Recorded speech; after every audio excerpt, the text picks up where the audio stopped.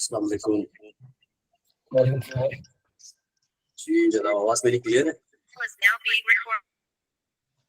Yes sir.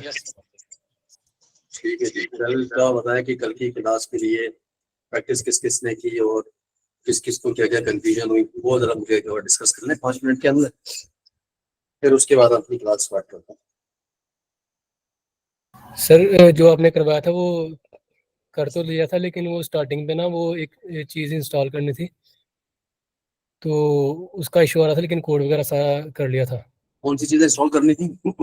वो जो आपने बताया था बैकएंड के लिए, सबसे पहले अपने फोल्डर बनाना है और वो npm इंस्टॉल करके इनिशिएट का कुछ था, वो मैंने यूट्यूब npm पे। npm आई एक्सप्रेस किया था, npm इंस्टॉल एक्सप्रेस, जी जी तो एक्सप्रेस को इंस्टॉल करना था। जी जी सर, वो कर लिया था। फिर भी एरर आ रहा था। जी सर, आ रहा था। तो आपने सर्वर स्टार्ट किया था, जब आपने कोड लिख दिया सारा, तो कोड पे जी जी आपने लिखना था नोड स्पेस और index.js, उसको रन करना था, तो वो आपने वो कर लिया था। सर, वो मैंने किया था, वो एरर बता रहा था कोई। वो एरर क्या था, वो आपको ग्रुप पे शेयर करना था व्हाट्सएप पे। चलो चलो सर, वो मैं कर देता हूँ। वो ग्रुप पे आप शेयर करेंगे तो फिर जैसे ही मुझे फ्री हो जाऊंगा मैं आपको रिप्लाई कर दिया करूंगा। चलो ठीक है सर। और किसी को कोई इशू?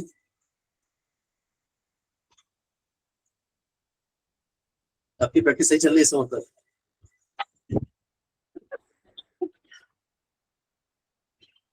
किसी को कोई इशू नहीं है इसका मतलब है?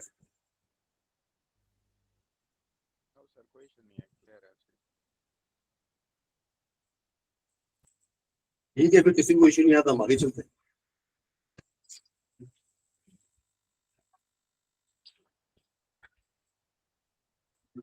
कल का थोड़ा सा मैं बताऊं आपको, कल हमने क्या किया था। कल हमने ये किया था मैं इसको जरा स्टॉप भी कर दूं ना। कल हमने सिंपल क्या किया था कि npm इंस्टॉल और एक्सप्रेस किया था, और उसके बाद हमने एक्सप्रेस को कॉल कर लिया, इंपोर्ट कर लिया, यानी कि वेरिएबल डिक्लेयर किया और पोर्ट डिक्लेयर करवा दिया था। पोर्ट में हमने 5000 डाल दिया था। हम इसको डायरेक्ट भी कर सकते हैं, जिस तरह मैंने बताया, यहाँ पे आके हम इसको डायरेक्ट भी कर सकते थे। पोर्ट की जगह पे हम 5000 लिख सकते थे। सही है। ये काम हमने बाद में किया था। हमने पहले क्या किया था, हमने पहले सिर्फ इतना काम किया था। इतना काम करने के बाद हमने ये किया कि हम इसको नोड चलाएंगे, नोड और index.js किया था हमने। तो हमारे पास यहाँ पे ये आ गया था इसका पोर्ट 5000 इज लिसनिंग, आ गया ना पोर्ट, और ये 5000 इज लिसनिंग, ये कंसोल पर आ गया। इसका मतलब है कि आपका ये चल गया। अब आपके पास अगर ये चल गया, सर्वर स्टार्ट हो गया, इसका मतलब ये है कि आपका ये कोड बिल्कुल ठीक है। लेकिन यहाँ पे अगर कोई मसला आया, ठीक है, यहाँ पे कोई मसला आया, इसका मतलब है कि आपने कोड ही गलत लिखा है, कोड में गड़बड़ है कुछ आपको। सही है।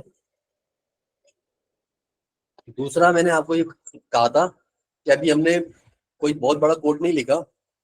सही है। तो आपको जब भी कुछ चेंज करना है, मिसाल के तौर पर मैंने अभी इसको चलाया, मैं इस वाला कोड को लिखता हूँ, इस वाले कोड को, तो मैंने आपको दूसरी बात ये समझाई थी कि आपको स्टॉप करना पड़ेगा सर्वर और दोबारा से चलाना पड़ेगा सर्वर। ठीक है। ये दो एहतियातें बताई थी मैंने, क्योंकि अभी हमने कोई ऐसा कोड नहीं लिखा कि हम कोई भी चेंज करें और ऑटोमेटिकली ये आपका सर्वर रीस्टार्ट हो जाए। अभी हमने कोई ऐसा काम नहीं किया। तो मैंने इसलिए कहा था कि जब भी आप कोड में चेंज करें, तो आपने सबसे पहले क्या करना है कि सर्वर को स्टॉप करना है, फिर उसके बाद दोबारा रीस्टार्ट करना है सर्वर को, और फिर आपने इसको चेक करना है। और अभी हमने कल ब्राउजर पे चेक किया, कल हमारे पास पोस्टमैन नहीं चल रहा था, तो ये पोस्टमैन ये वाला है, इस तरह से इसकी स्क्रीन आती है। ठीक है। तो हमने जब ब्राउजर पे चेक किया था, अब ये देखें, ये गेट गेट इसके ड्रॉप डाउन पे देखें, ये बहुत सारे ऑप्शन आ रहे हैं। गेट भी आता है, पोस्ट भी आता है, पुट भी आता है, डिलीट, ये सब हम, ठीक है, ये हम अपनी रिक्वायरमेंट के हिसाब से करेंगे। अभी हमने क्या किया, गेट किया। ठीक है। हमने यहाँ पे क्या लगाया, गेट लगाया ना, ये हमने गेट लगाया। जब हमने यहाँ पे गेट लगाया, तो हम पोस्टमैन में जाके भी हम लिखेंगे गेट। और ब्राउजर पे हम क्या कर रहे थे, ब्राउजर पे हम लिख रहे थे ना लोकल होस्ट, तो हम ये डाल के जब इसको सेंड करेंगे, तो ये हमारे पास देखिए रिजल्ट ये आ जाएगा, ये वाला वेलकम। और इसी तरीके से हम जब इसको यहाँ पे स्लैश लगा के पुट करेंगे, तो हमारे पास वाली एपीआई चली जाएगी। तो ये पोस्टमैन को इस तरह से टेस्ट किया जाता है, ठीक है। अच्छा, अब यही यही आपके पास पोस्टमैन है कि अगर आपको किसी बैंक की एपीआई को टेस्ट करना हो तो इस पोस्टमैन के थ्रू ही आप लोग टेस्ट करते हैं। कल हमने यहाँ पे इसकी डिस्कशन की थी, बट हमारे पास खुल नहीं रहा था तो हमने इसको लाके ऐसे ही छोड़ दिया था। तो ये तरीका है। अभी हम इसको आगे जाके मजीद इस्तेमाल करेंगे। अभी मजीद हम कोड लिखेंगे आगे जाके, और फिर उसको फिर टेस्ट कराएंगे, फिर हम इसका ब्राउजर पे रिजल्ट चेक करेंगे, तो आपको और ज्यादा बेहतर तरीके से समझ में आएगा कि इसको इस्तेमाल कैसे करें, ठीक है। अच्छा, अब मैंने आपसे कहा था कि एक तो पोस्टमैन को इंस्टॉल करो, ठीक है, पोस्टमैन इंस्टॉल करो। दूसरा मैंने आपसे कहा था कि मोंगो डीबी का कंपास जो है ये आपको इंस्टॉल कर लो। उसकी शक्ल ऐसी होती है, जब इंस्टॉल करेंगे आप, ये शक्ल है इसकी। और तीसरा मैंने किया था कि मोंगो डीबी का जो एटलस है, एटलस मोंगो डीबी, ये क्लाउड बेस्ड होता है, ठीक है, ये क्लाउड बेस्ड होता है। इसको जाके इसका अकाउंट बना लो, ठीक है, और इसको कॉन्फ़िगर कर लो। मैंने ये 3 चीजें करवाई थी, कहा था आपसे करने के लिए। अब आज हम बात करते हैं, अगला काम स्टार्ट करने से पहले हम पहले बात करेंगे डेटाबेस होता क्या है, ठीक है। डेटाबेस के बारे में पहले थोड़ा सा इंट्रोडक्शन ले लेते हैं, उसकी थोड़ा सा स्क्रीन देख लेते हैं कौन कौन सी स्क्रीन है, ताकि थोड़ा सा अंडरस्टैंडिंग हो जाए डेटाबेस की। फिर हम डेटाबेस से रिलेटेड अपना कुछ कोड लिखेंगे, अपना नो इसका एक्सप्रेस के अंदर, ठीक है, नोटजेस और एक्सप्रेस।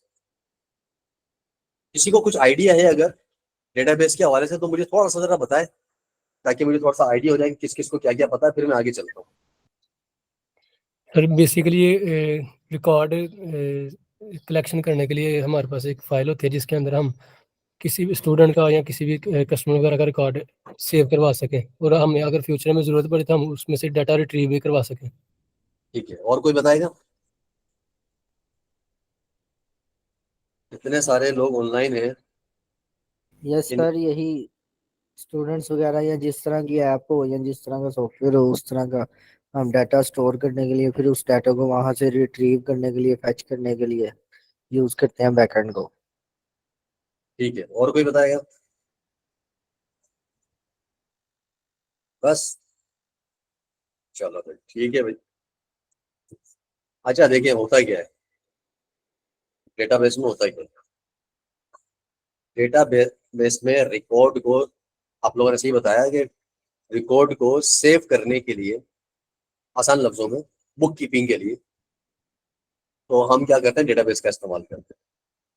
अच्छा, डेटाबेस हमारे पास एक होता है सीक्वल और होता है नो सीक्वल।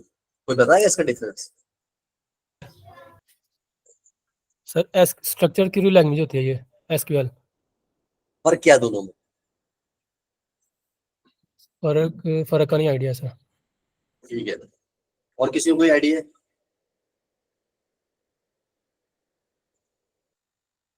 किसी को कोई आइडिया नहीं है? यस सर, ये नो सर, अभी थोड़ी रिवीजन करने वाली है, वैसे याद था इसके बारे में।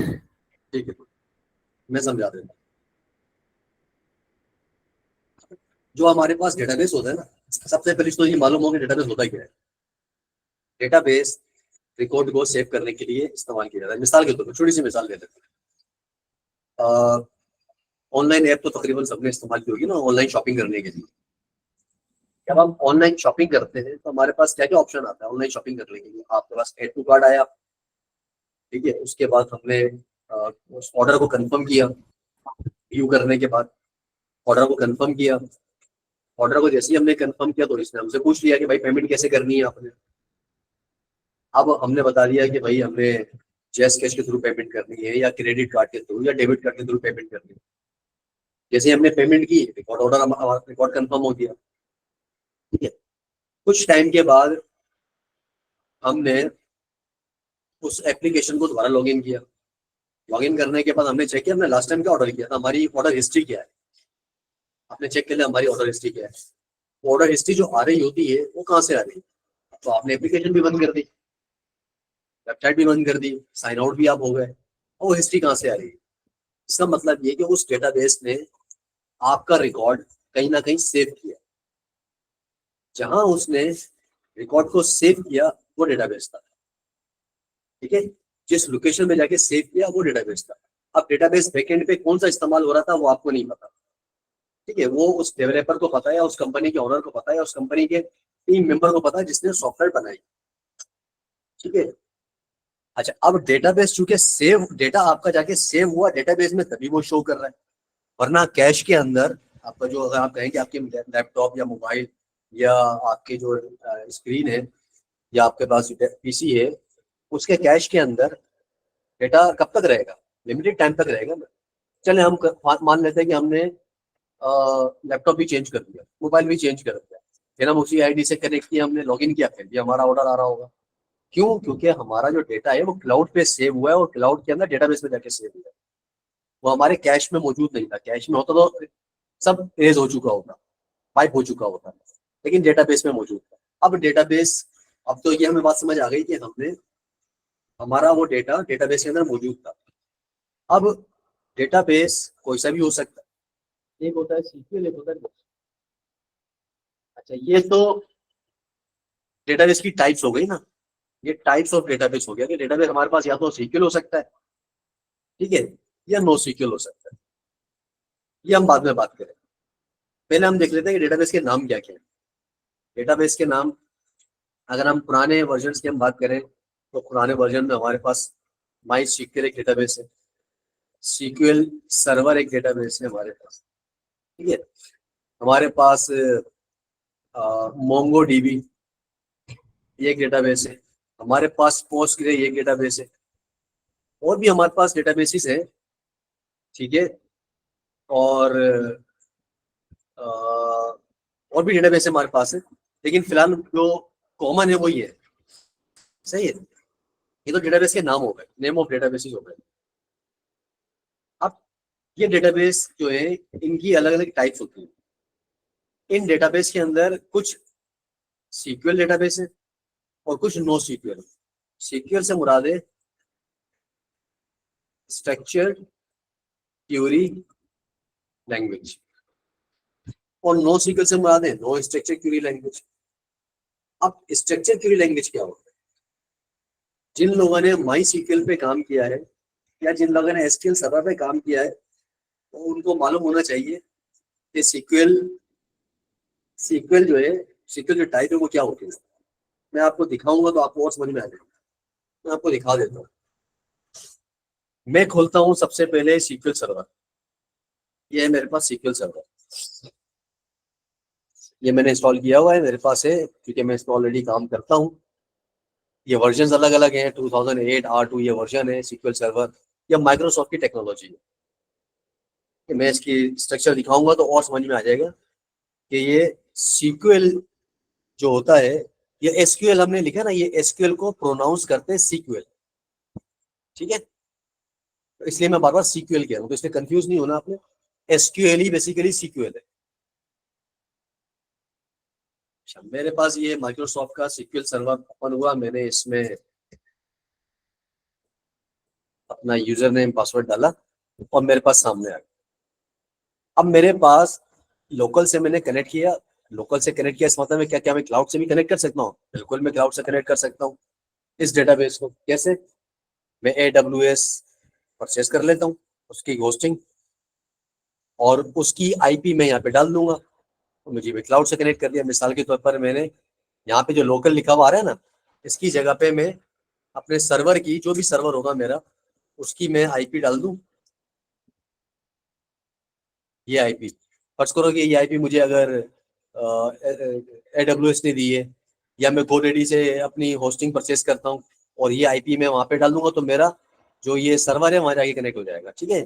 तो इसका मतलब ये कि मैं इसको क्लाउड से भी कनेक्ट कर सकता हूँ और ऑफलाइन में इसको डाउनलोड करके इंस्टॉल करके भी कनेक्ट कर सकता हूँ, ठीक है। दोनों तरीके हैं मेरे पास। अभी मैंने लोकल से कनेक्ट किया, डेटाबेस पे आ जाए, ये मेरे पास डेटाबेसेस बने हुए। नॉर्मल सा मैं एक डेटाबेस खोल लेता हूँ, पेरोल का फर्ज करें, ठीक है। टेबल्स में आ गया मैं, ये मेरे पास टेबल्स बने हुए। अब देखिए, ये प्रॉपर तरीके से हमें बता रहा है बाकायदा। क्या बता रहा है? कि आपके पास डेटाबेस है, डेटाबेस के अंदर टेबल्स हैं, और टेबल के ये सारे नाम आ रहे हैं। कोई भी एक मैं टेबल खोलता हूँ, इसका डिजाइन खोलता हूँ, तो ये मुझे बाकायदा इसका स्ट्रक्चर बता रहा है। क्या स्ट्रक्चर बता रहा है? ये देखिए, ये मेरे पास स्ट्रक्चर बता रहा है कि ये आपका कॉलम का नाम है या फील्ड का नाम है, ये इसकी टाइप है, ये इसको नल रख सकते हैं या नहीं। दूसरा मुझे बता रहा है कि अकाउंट हेड नेम क्या है, यानी कि फील्ड का नाम है, इसकी डेटा टाइप बता रहा है, और ये बता रहा है कि इसको नल रख सकते हैं या नहीं। इसी तरह एक और डेटा फील्ड है, इसकी डेटा टाइप है, और इसी तरह बता रहा है। ये फिलहाल 3 आपके पास कॉलम, अब ये बाकायदा प्रॉपर बता रहा है फील्ड्स के नाम। अच्छा, अगर मैं इसका रिकॉर्ड खोलता हूँ मिसाल के तौर पर एडिट में जाके, अभी मुझे बाकायदा बता रहा है कि ये जो मैंने फील्ड का नाम दिया था, इसका कोड 1 है, इसका हेड नेम एसेट है, इसका अकाउंट कोड क्या है। फिर दूसरी रो पे आप आ जाएं, इक्विटी एंड लायबिलिटी। फिर तीसरी रो पे आप आ जाएं, परचेजेस। चौथी रो पे आ जाए रेवेन्यू। अगली रो पे आप आ जाए एक्सपेंसेस।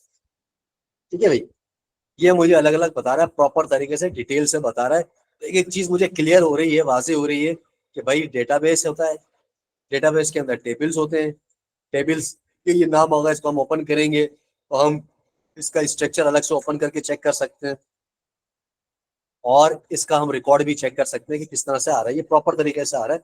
यानी कि समझने में बहुत ज्यादा आसान है, ये प्रॉपर एक एक चीज करके बता रहा है। अच्छा, अब ये डेटा टाइप से मुराद क्या है? डेटा टाइप से मुराद ये है कि ये इंटीजर है, तो मतलब ये इंटीजर ही एक्सेप्ट करेगा। कहाँ पे? यहाँ पे।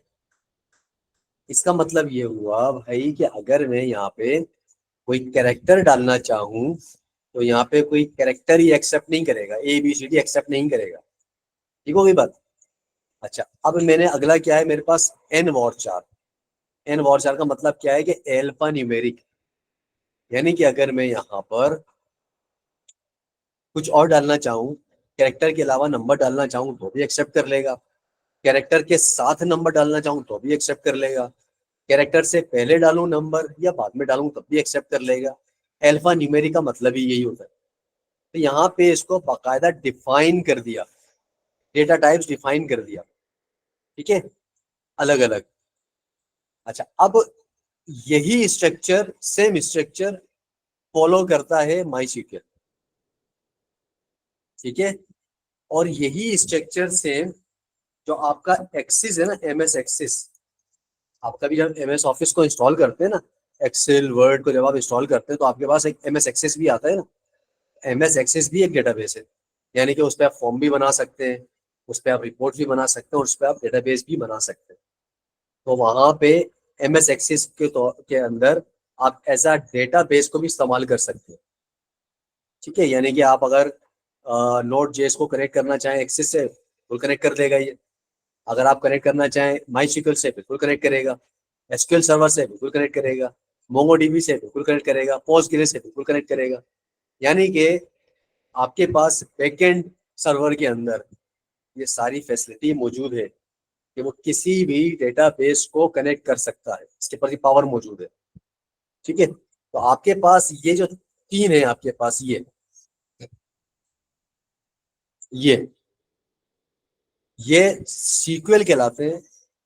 ठीक है, यानी कि ये सेम स्ट्रक्चर फॉलो करते हैं। अगर आपने इनमें से कोई एक भी डेटाबेस का स्ट्रक्चर समझ लिया, या एक दफा एक डेटाबेस बना के, टेबल बना के उसमें रिकॉर्ड डाल दिया, वैसे ही बगैर किसी फ्रंट एंड के, जिस तरह मैंने अभी आपको ओपन करके दिखाया है, तो ये एक स्ट्रक्चर आपको समझ में अगर आ गया तो आपको तीनों डेटाबेस का स्ट्रक्चर समझ में आ जाएगा। माई SQL का भी, SQL सर्वर का भी, MS एक्सेस का भी। ठीक है। अच्छा, SQL सर्वर और MS एक्सेस तो ये माइक्रोसॉफ्ट की टेक्नोलॉजी है, ये दोनों माइक्रो, यानी कि इसे MS SQL सर्वर कहते हैं ना, तो तीनों, ये दोनों तो माइक्रोसॉफ्ट की टेक्नोलॉजी। तो आपकी समझ में सब आ जाए। अब आ जाए आप मोंगोडीबी पे, जो हमारे कोर्स का हिस्सा है, और हमने मोंगोडीबी को कनेक्ट करना है, जो कि मोंगोडीबी आया ही एक्सेस और SQL सर्वर के बाद है। अच्छा, ये आने की वजह क्या? ये क्या है? ये नो SQL है, यानी कि स्ट्रक्चर्ड नहीं है। ये स्ट्रक्चर क्वेरी लैंग्वेज कहलाता है ना, ये स्ट्रक्चर्ड है, बाकायदा प्रॉपर तरीके से डिफाइन किया गया है। मोंगोडीबी स्ट्रक्चर्ड नहीं है, उसमें बाकायदा देखिए, अगर मैं इसको मोंगोडीबी को अगर आप खोलता हूँ, तो मेरे पास यहाँ पे मैं इसको कनेक्ट करता हूँ, मैं कोई एक डेटाबेस इसका बना के आपको ओपन करके दिखाता हूँ, तो आपको थोड़ा आइडिया हो जाएगा।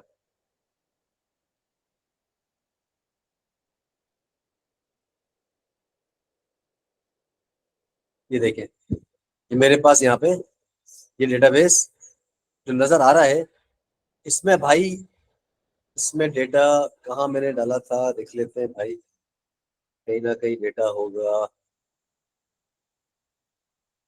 देखिए इसमें कहीं पर भी जो है ना, ये देख, इसमें ये डेटा, ये आपके पास ये डेटाबेस आ रहा है, ये टेबल आ रहा है, इसका देखें, ये जो डेटा नजर आ रहा है इसके अंदर आप देख रहे हैं, ये डेटाबेस भाई स्ट्रक्चर नहीं है।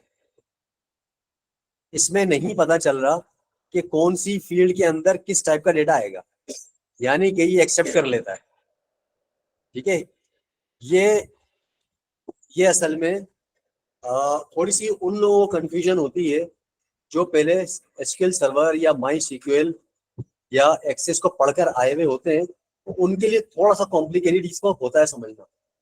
लेकिन एक मरतबा इसको कर लिया तो बड़ा मजा आता है फिर काम करते हैं, क्योंकि ये डेटा टाइप को फोर्सली एक्सेप्ट नहीं करता ना, हम उसे बताना नहीं पड़ रहा है इसके अंदर।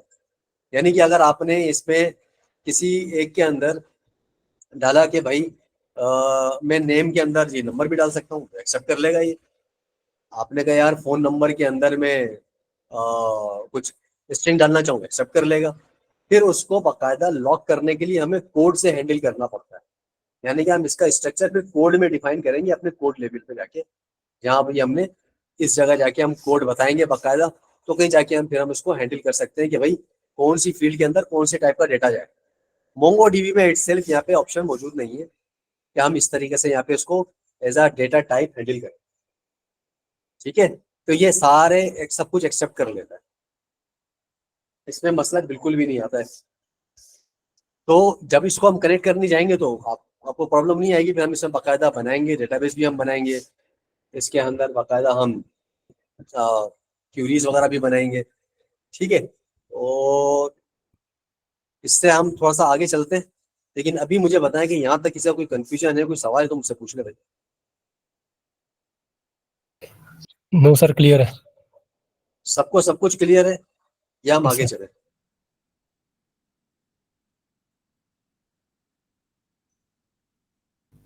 सब सर क्लियर है? ठीक है। ठीक है, किसी का माइक का इशू है तो मुझे टेक्स्ट भी कर सकता है यहाँ पे। ठीक है भाई, ऑल क्लियर, ऑल क्लियर।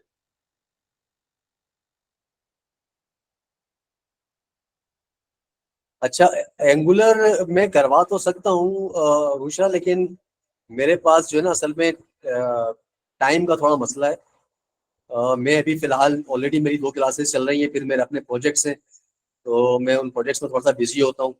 तो इसी वजह से मैंने क्लासेस भी जो है ना फ्राइडे सैटरडे संडे ही की हैं वीकेंड में, ताकि मैं प्रॉपर तरीके से कर दूँ। बाकी दिनों में मैं अपने प्रोजेक्ट्स में बिजी होता हूँ, तो मेरे लिए बड़ा मसला बन जाता है ना। तो अभी वीकेंड में तो मैं चले टाइम निकाल लेता हूँ, लेकिन आम दिनों में मैं टाइम नहीं निकाल पाता, तो इसलिए थोड़ा सा मेरे लिए मसला होगा। और मेरी भी 2 क्लासेस जो चल रही हैं वो दोनों ही मर्न स्टैक पे चल रही हैं, इत्तेफाक से दोनों एक ही क्लासेस है मेरी, तो इतना बड़ा इशू होता नहीं है मुझे। वरना एंगुलर के लिए फिर मुझे क्या करना पड़ेगा कि पहले कोई एक क्लास वाइंड अप होगी मेरी, तो फिर मैं कोई नया कोर्स स्टार्ट करवा सकूंगा। फिलहाल फौरी तौर पे मेरे पास अभी टाइम की किल्लत है, टाइम का थोड़ा इशू है, ये प्रोजेक्ट्स में मैं काफ़ी फंसा हुआ हूँ।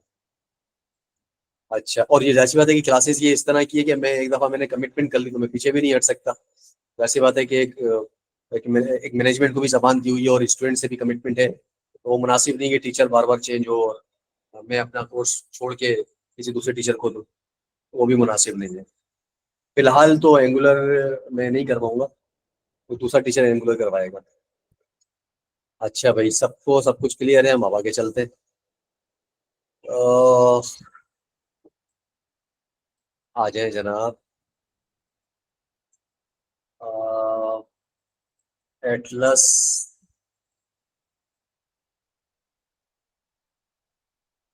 Mongo dB, Mongo dB Atlas. अब भाई दोनों में फर्क है, नहीं मतलब इस लेवल का फर्क नहीं है। फर्क सिर्फ इतना है भाई कि अगर आप यहाँ पर आते हैं एटलस मोंगो डीबी पे, आप साइन इन कर लें, फ्री है, फ्री साइन इन कीजिएगा। मेरे पास तो ऑलरेडी है, मैं पासवर्ड भूल गया शायद इसका, रिकवर करना पड़ेगा। चलो, मुझे एग्जैक्ट याद नहीं आ रहा।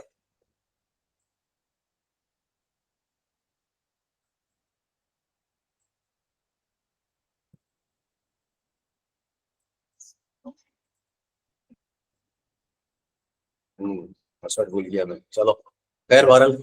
अब बताने का मतलब ये है कि आप लोग अपना इसको फॉरवर्ड करना पड़ेगा, मैं इसको कर लूंगा उसे बाद में।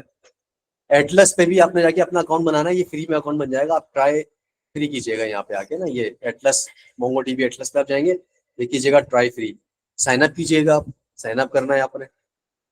तो ये जो कंपास है ये आपका लोकली कनेक्ट करता है ना, आपके ऑफलाइन है, यानी कि आपका इंटरनेट अगर नहीं भी चल रहा तो आप अपना प्रोजेक्ट पे काम कर सकते हैं, मोंगो डीबी कंपास पे जाके कनेक्टिविटी कर सकते हैं।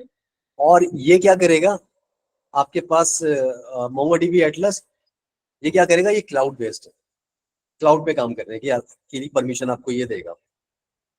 इसका मतलब ये हुआ कि इंटरनेट होगा तो ही चलेगा।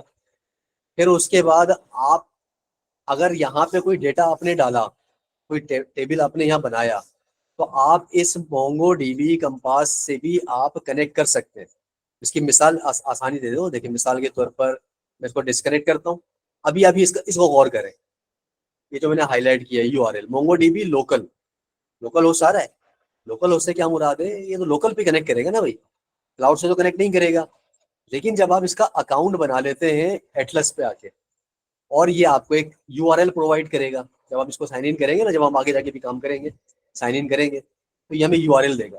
वो यूआरएल हम यहाँ पे डाल देते हैं, अगर इस जगह ये यूआरएल हम यहाँ डाल देते हैं और फिर कनेक्ट करते हैं, तो ये क्या करेगा भाई, ये करेगा ये कि आपका क्लाउड से जाके कनेक्ट कर देगा। यानी कि आप कंपास में रहते हुए मोंगो डीबी एटलस को कनेक्ट कर सकते हैं। तो अगर आपने कोई टेबल या डेटाबेस या कोई डेटा आपने एटलस पे रखा और आपने अपने घर पर आके, यानी ऑफिस में आपने बनाया और घर पे आके आपने उसके यूआरएल यहाँ पे डाल दिया, तो ये आपके क्लाउड से कनेक्ट कर देगा, ठीक है। और आप इसको कुछ अमेंडमेंट करना चाहें, काम करना चाहें, आप काम कर सकते हैं। तो बस ये एक छोटा सा फर्क है, बट चीजें ऑलमोस्ट सेम ही है दोनों मोंगो डीबी ही। तो हम इस पे भी एक हम डेटाबेस बनाएंगे और आपको कनेक्ट करके दिखा दूंगा मैं कि वो वहाँ ऊपर कैसे, वहाँ पे क्लाउड पे कैसे जाएगा। एक क्लाउड पे बना के हम यहाँ पे भी चेक कर लेंगे यहाँ पे कैसे डेटा आएगा, तो हम यहाँ इसको आराम से कर सकते हैं, ठीक है भाई। डेटाबेस के हवाले से आई होप के आपके जो सवालात हैं वो खत्म हो चुके होंगे, कोई सवाल ऐसा कोई ऐसा होगा नहीं, अगर है तो पूछ लें, अगर नहीं है तो फिर हम कोड लेवल पे जाते हैं, कोड पे काम करते हैं। कैरी करें सर। नहीं भाई, सब कुछ क्लियर है, बड़े जीनियस बच्चे हैं यार, सब कुछ क्लियर है, जबरदस्त।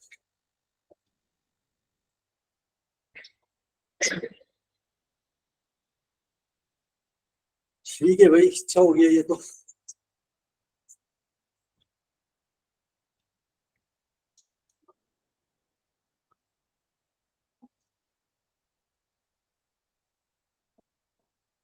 अच्छा भाई, अब आप ये बताएं, देखें कि हमने क्या करना है, क्या अगर फर्ज करें थोड़ी देर के लिए मान लेते हैं कि अब हमने मोंगो डीबी को कनेक्ट करना है, इसके साथ मोंगो डीबी को हमने कनेक्ट करना है इसके अंदर, ठीक है। अब मोंगो डीबी को कनेक्ट करने के लिए हम क्या करते हैं, आपको सबसे पहले मोंगो डीबी को इंस्टॉल करना पड़ेगा, ठीक है।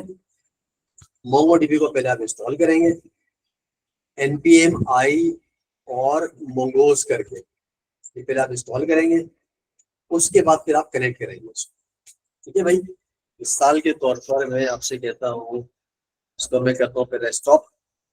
अच्छा मैं फिर एक चीज और, अच्छा मैंने करवा दी थी। अच्छा मैं क्या करूंगा, आप इस पे जाएं,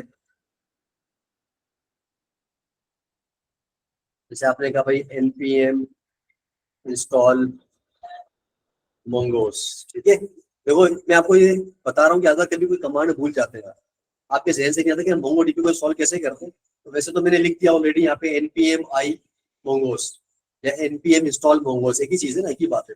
फर्ज करें कभी भी अगर आप भूल जाए तो आप लिख लें इंस्टॉल मोंगोस, तो आपके पास एक डॉक्यूमेंटेशन मौजूद है यहाँ पर, ये लिंक है इसका npm.js, ये इसके पैकेजेस सारे होते हैं। आप यहाँ पे चले जाए, आपको सारे पैकेजेस यहाँ पे मिल जाएंगे और आपको सारे पैकेजेस की यहाँ पे आपको हेल्पलाइन मिल जाएगी कि आप यहाँ पे कैसे काम कर सकते हो, कैसे इंस्टॉल कर सकते देखिए मोगोज आ रहा है, ये आप इसकी कनेक्टिविटी करवा सकते हैं आराम से। ये इंस्टॉलेशन कह रहा है, देखो npm इंस्टॉल मोंगोस या npm आई मोंगोस, और फिर साथ साथ ये भी बता रहा है कि भाई अगर मुझे इंपोर्ट करना हो नोड जेएस के अंदर तो मैं कैसे करूंगा, और मैं अगर ES इस्तेमाल कर रहा हूँ तो मैं कैसे करूंगा, ये भी मुझे बता रहा है। ठीक है, और फिर मुझे आगे मजीद तो सारी पूरी हेल्प देगा, पूरी हेल्पलाइन, पूरा आपका डॉक्यूमेंट मौजूद है।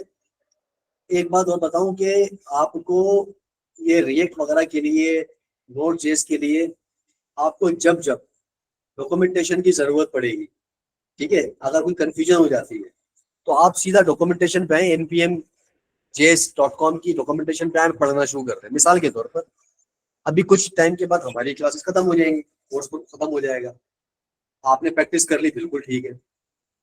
कुछ टाइम के बाद नोट नोट का जो है नया नया वर्जन भी आ जाएगा, और फिर उसमें एरर्स भी आना शुरू हो जाएंगे, क्योंकि नया वर्जन जब आता है और आप उसको नए वर्जन को आपने अपडेट कर दिया, तो अक्सर ऐसा होता है कि जो पुराने वर्जन वाली बहुत सारी क्यूरीज या बहुत सारी लाइब्रेरीज वो काम नहीं करती, क्योंकि वो नई नई लाइब्रेरीज आ चुकी होती हैं।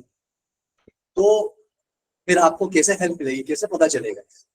और आपके पास दो तीन रिसोर्सेज, एक तो ये कि आप टीचर से हेल्प ले लें, अपना ग्रुप पे मैसेज करें, टीचर आपको बता देंगे, वरना टीचर के पास रिस्पॉन्स तो उसी वक्त आएगा ना जब थोड़ा सा टीचर भी फ्री हो जाएगा। ठीक है, और आपको अर्जेंट चाहिए, मिसाल के तौर पर अभी आप ऑफिस में बैठे हुए हैं और फंस गए आप किसी चीज में, और एरर आ रहा है, प्रॉब्लम भी रिजॉल्व करनी है, तो फिर क्या करेंगे आप? आपको सीधी डॉक्यूमेंटेशन में आनी है भाई। डॉक्यूमेंटेशन में आपको पता चल जाएगा कि आप जो ये इस्तेमाल कर रहे थे, ये लाइन, वो पुराना वर्जन था। अब नए वर्जन के हिसाब से आपने क्या लिखना है, ये देखें, ये बता रहा है ना, जैसे मिसाल के तौर पर यहाँ पे क्या लिखा, ये बता रहे हैं ना, ये कि भाई नोट.जेएस इस्तेमाल करना है तो भाई ये लिख लो, ES इस्तेमाल करना है तो ये लिख लो। फिर साथ साथ आगे मजीद छोटे छोटे प्रोग्राम्स बना के बता रहा है ये किस तरह से आपने इसको कनेक्टिविटी करनी है, डेटाबेस, ये देखो, और ये देख लो, इसको भी देख लो, बहुत आसान तरीका। ये आपको मोंगोडीबी से लोकल से कनेक्टिविटी करने का तरीका भी बता रहा है कि मोंगोडीबी को कनेक्ट कैसे करते हैं आप लोकल से, ये भी आपको बता रहा है, ये भी हम कर लेंगे। ठीक है, यानी कि जहां जहां आप फंस रहे हो आप कर ले। देखो भाई, इसने छोटा सा एक प्रोग्राम बना के भी दिखा दिया मॉडल का, कि मॉडल कैसे क्रिएट करते हैं, ये हम करेंगे कि मॉडल क्या होते हैं और हम कैसे क्रिएट करते हैं। बहुत आसान तरीका है, ठीक है ना। ये पूरी डॉक्यूमेंटेशन बता रहा है, ये देखो पूरा बता दिया इसने। अब इसने टाइप्स भी बता दिए कि आपको स्कीमा बना रहे हो, कोई स्कीमा से मकसद क्या है, इसकी स्कीमा का मतलब स्ट्रक्चर बना रहे हो कोई, और इस स्कीमा अगर बना रहे हो और इसका स्ट्रक्चर, जैसे मैंने भी कहा था कि आप मोंगोडीबी के अंदर ये नो सीक्यूएल होता है ना, यानी कि स्ट्रक्चर लेस होता है ये। ठीक है, इसमें सीक्वेल सर्वर की तरह कोई स्ट्रक्चर नहीं होता, इसमें आप डेटा टाइप डिफाइन नहीं कर सकते। अब आपको डेटा टाइप डिफाइन करनी है तो देखो, मैंने कहा था कोड पे जाके डिफाइन करेंगे, तो ये बता रहा है कि आपकी ये फील्ड का नाम है तो इसकी डेटा टाइप ये होनी चाहिए भाई, और डिफॉल्ट वैल्यू क्या होनी चाहिए, ये पूरा देखो ये बता रहा है। ये तो छोटे छोटे कोड बता रहे हैं ना, ये हम बाकायदा प्रोग्राम के अंदर लिख के सारे कोड करेंगे। मेरा ये बताने का मकसद यहाँ पे ये है, जब कभी भी आप फंस जाएं तो आप सबसे पहले, आपका जो टारगेट है, सबसे पहले दिमाग है वो कहाँ जाना चाहिए, इसकी डॉक्यूमेंटेशन के ऊपर। भाई जाके चेक करूँ कि मेरा डॉक्यूमेंटेशन क्या कहती है, मैं कहाँ गलती कर रहा हूँ। ठीक है, तो डॉक्यूमेंटेशन को आपको स्टडी करना है, पूरा का पूरा कोड आपको आसानी से मिल जाएगा। ठीक है भाई, और हम भी अभी काम करेंगे, देखेंगे हम भी कहीं ना कहीं फंसेंगे, हमें भी कहीं ना कहीं कोड में अगर कोई एरर आएगा तो हम क्या करेंगे, हम इसके डॉक्यूमेंट से ही जाके हेल्प लेंगे। क्लास के दौरान भी आपको आइडिया हो जाएगा थोड़ा सा कि हाँ भाई हम कहीं फंस रहे हैं तो हम डॉक्यूमेंट्स को पढ़ रहे हैं। तो ये इसलिए आपको यहाँ पे लाने का मतलब मेरा यही था कि आपने डॉक्यूमेंट को पढ़ने की आदत डाल दें। ठीक है, और एक अकाउंट और बनाए आप एक अकाउंट और बनाए स्टैक ओवरफ्लो पे, इस पे भी आप अपना अकाउंट बनाए, ये वाला। ठीक है, ये भी बहुत अच्छी वेबसाइट है और कम्युनिटी है बेसिकली। इस पे आप अपने सवालात भी डाल सकते हैं भाई, आप अपने सवालात के जवाब भी दे सकते हैं, और इसको जरूर ज्वाइन करें, अपना साइन अप करें। ठीक है, साइन अप करें इस पे जाके लाजमी, और अपना, क्योंकि आप क्या कर रहे हैं, आप मर्न कर रहे हैं, तो अपना जो ये आपसे वो पूछेगा, टेक स्टैक पूछेगा, तो आप इसको बताएं कि भाई मेरा जो टेक स्टैक है वो मर्न है। यानी कि अगर आपसे ये लिस्ट पूछता है तो आप बता दें रिएक्ट है आपका, मोंगो डीबी है, एक्सप्रेस है, नोट, जैसे वो बाकायदा बताएं उसमें। ठीक है, तो ये भी काम आपने लाजमी करना है। इससे भी आपको बहुत अच्छी हेल्प मिल जाती है जहां आप फंसते हैं चीज़ों के अंदर। और आप अपनी क्यूरीज भी डाल सकते हैं और जवाब भी दे सकते हैं लोगों को। तो बहुत अच्छी साइट है ये, इस पे भी लाजमी जाइएगा। अच्छा, तो हमें क्या मिला भाई यहाँ से आके? यहाँ पर आके हमें ये मिला कि हमें अगर इंस्टॉल करना है मोंगोस, मैं ऑलरेडी इंस्टॉल कर चुका हूँ। आप लोगों ने क्या करना है, मैं सिर्फ आपको समझाने के लिए कह रहा हूँ कि आपने इसको यहाँ से कॉपी कर लें, और अगर आपको याद है तो वेल एंड गुड। आप यहाँ पे जाके इसको बैक एंड पे जाके, हम बैक एंड पे काम कर रहे हैं ना, फ्रंट एंड पे ये इंस्टॉल नहीं होगा। फ्रंट एंड पे मोंगोस की जरूरत भी नहीं है। तो या तो ये npm इंस्टॉल करें या सिर्फ npm आई करें, बात देखिए, और एंटर कर दें। मैं ऑलरेडी इंस्टॉल कर चुका हूँ। सिंपल से क्या करेगा, ये इंस्टॉल कर देगा, या अगर अब वर्जन इसका अपडेट होगा तो अपडेट कर देगा बस। तो मैं इसलिए इसको कर दिया। तो आप भी इसको इस तरह से करें।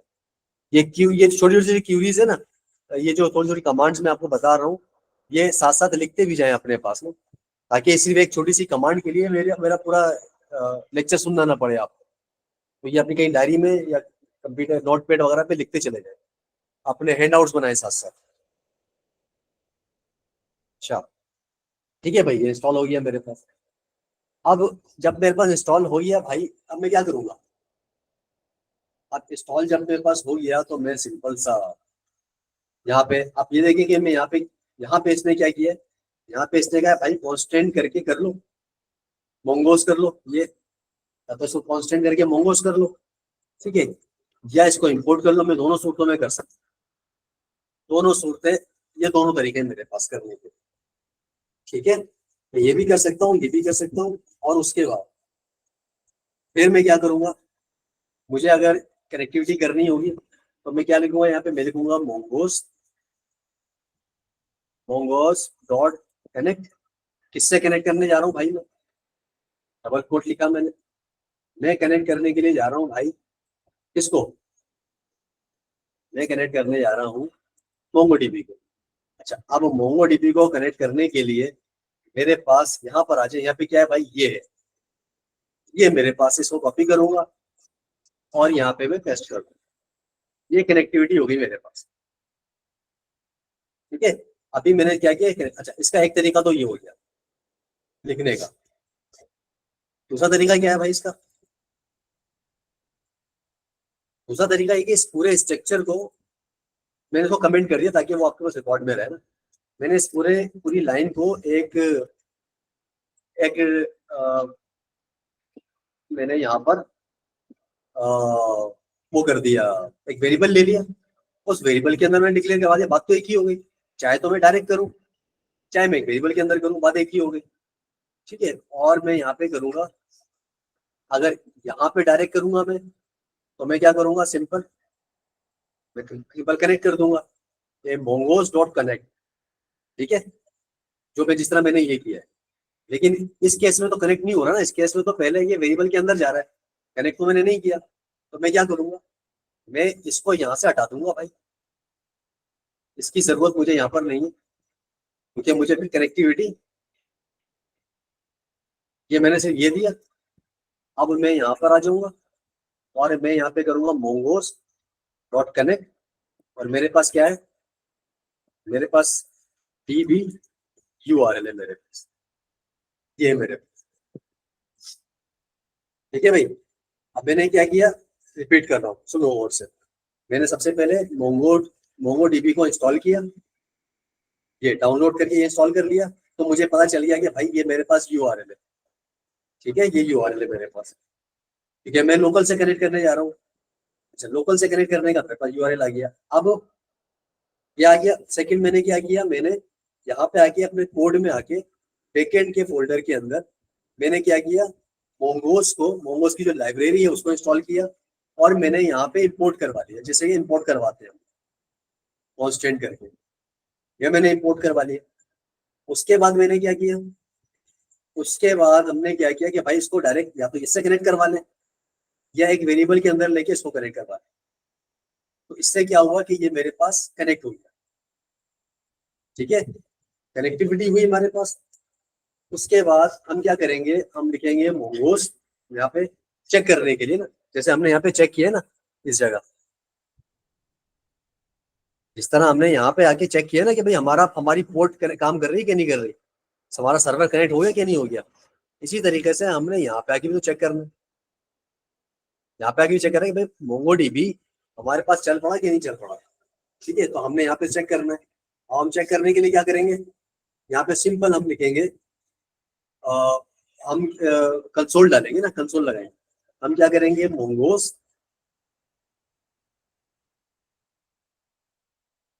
Mongoose dot connection dot on. हम चेक करेंगे भाई हमारा जो कनेक्शन है वो ऑन है कि नहीं है। अगर कनेक्टेड है, ठीक है, तो ये क्या करेगा, एक फंक्शन कॉल कर ले, अगर कनेक्टेड है, ठीक है, अगर कनेक्टेड है तो फंक्शन हमने एक बना दिया, ठीक है। इस फंक्शन को, बल्कि मुझे एक एरर आ रहा है मेरे पास, इसका मतलब ये हुआ कि मैंने इसको यहाँ पे ऐसा करना है और अब मैंने ये डालना है, ठीक है, ये मेरे पास बन गया फंक्शन, ठीक है भाई। अब मैंने कहा कि भाई मेरे पास आ गया mongoose dot connection dot on, कोई एरर नहीं आ रहा, उस वक्त एरर आ रहा था क्योंकि मैंने क्या किया, फंक्शन के आगे जो मेरे पास एक तरीकाकार होता है, ये करली ब्रैकेट, ये स्मॉल ब्रैकेट लगाने का, ये मैंने नहीं लगाई थी, तो एरर आ रहा था मेरे पास, मैंने लगा दिया और करली ब्रैकेट स्टार्ट कर दिया। अब मैं क्या करूँ, कंसोल करवा रहा हूँ, console dot log, console dot log किया और मैंने यहाँ पे लिखा मोंगोस, ये तो कोई भी टेक्स्ट आ सकता है ना भाई, मोंगोस इज कनेक्टेड, कुछ भी टेक्स्ट लिख सकता हूँ मैं यहाँ पे, भाई मेरे पास मोंगोस हो गया कनेक्ट। अब मैं रिपीट करता हूँ, दोबारा सुनो, क्या किया, मोंगोस तो इंस्टॉल किया, फिर इंपोर्ट करवाया, इंपोर्ट करने के बाद इसका यूआरएल को एक वेरिएबल के अंदर लिया और कनेक्ट करवा दिया। ये काम तो सिर्फ कनेक्ट करने का हो गया ना। अब मुझे सिर्फ ये चेक करना है, ये जरूरी नहीं है ये काम करना, लेकिन मैं जब काम करूंगा तो काम करने के दौरान मुझे मालूम होना चाहिए कि मेरा जो सर्वर है वो कनेक्टेड है कि नहीं। कहीं ऐसा तो नहीं कि यार मैंने ये काम किया नहीं और उसके बाद मैं अपना कोड चेक कर रहा हूँ और कोड में एरर आना शुरू हो गया। भाई अगर कोड में एरर आना शुरू हो गया तो फिर एरर चेक करता रहूंगा, भाई एरर क्यों आ रहा है, मैंने अपना सर्वर तो चेक किया ही नहीं, तो मेरा सर्वर कनेक्ट हुआ भी कि नहीं हुआ। तो मैं सिर्फ इसको यहाँ लगाऊंगा, इस वाले इन 3 लाइन्स को, ये चेक करने के लिए कि भाई मेरा सर्वर कनेक्ट हुआ या नहीं हुआ, ठीक है। सर्वर कनेक्ट हुआ तो परफेक्ट है, ठीक है। अच्छा, अगर सर्वर कनेक्ट नहीं हुआ, ये तो ऑन है ना भाई, अगर ऑन होगा तो आपने ये लगा दिया, ऑन नहीं हुआ भाई फिर क्या करेंगे, अच्छा, ऑन होने के फौरन बाद आप इसको एग्जिट भी करवा सकते हैं, तो हम देखेंगे कि एग्जिट हम कैसे करवाते हैं। अच्छा, अब फर्ज करें कि आपके पास एक आ गया कनेक्शन। अब अगर आपके पास एक कनेक्शन नहीं है, यानी ये कनेक्टेड नहीं है, डिस्कनेक्ट हुआ, फिर क्या करेंगे भाई, चलो एक कोड और लिखते हैं, mongoose WOS mongoose dot connection dot on, और यहाँ पे लिखेंगे सिंपल क्या, डिस्कनेक्टेड, ठीक है। और बाकी तरीका वही है, फंक्शन लिखा, ब्रैकेट ओपन किया, स्टार्ट किया और यहाँ पे आ गए, सेम वही है। अब क्या करें, और यहाँ पे दोबारा इसको कंसोल करवा लें भाई,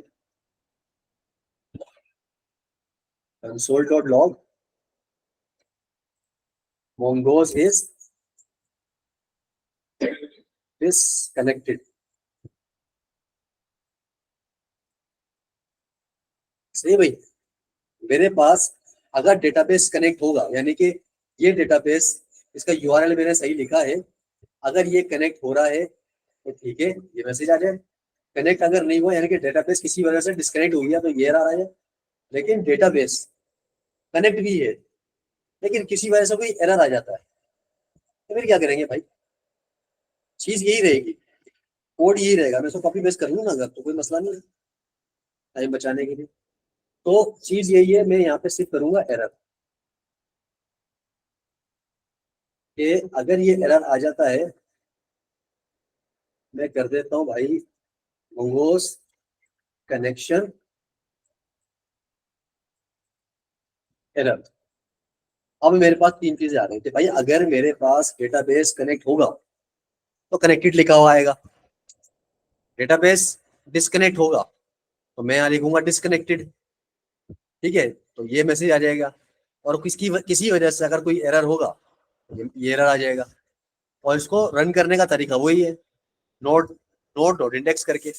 ये हम आगे थोड़ा सा और काम करेंगे अभी, और इसमें मैं आपको बताऊंगा कि हम मजीद क्या क्या काम कर सकते हैं। और हम कैसे अभी अभी तो हमने इसमें डेटाबेस कनेक्ट किया है ना, कनेक्ट हम बाकायदा भी कनेक्ट करके ये भी चेक करेंगे कि कनेक्ट हो रहा है कि नहीं हो रहा। फिर हमने डेटाबेस बनाना भी है, उस डेटाबेस को के अंदर डेटा को लेके भी जाना है। ये सारे काम इंशाल्लाह हम स्टेप बाय स्टेप करेंगे। यहाँ तक किसी का कोई सवाल है तो भाई मुझसे पूछ ले। No sir. सबके जहन में सब कुछ सवाल क्लियर है भाई? क्लियर है सर। यस सर, जो पढ़ाया है वो तो समझ आ गया। जो पढ़ा है वो क्लियर है, कोई सवाल नहीं है किसी का? कोई मैसेज ये देख लूं भाई मैं। सर हो गया, कॉन्सेप्ट क्लियर, ठीक है जी, ऑल क्लियर ऑल क्लियर, ठीक है भाई। अच्छा, अब इसका मैंने कहा इसको चेक करने का क्या तरीका है? चेक करने का सिंपल वही तरीका है, आप नोट करें, नोट डॉट इंडेक्स करें, सिंपल। अच्छा भाई, क्या मसला आ रहा है?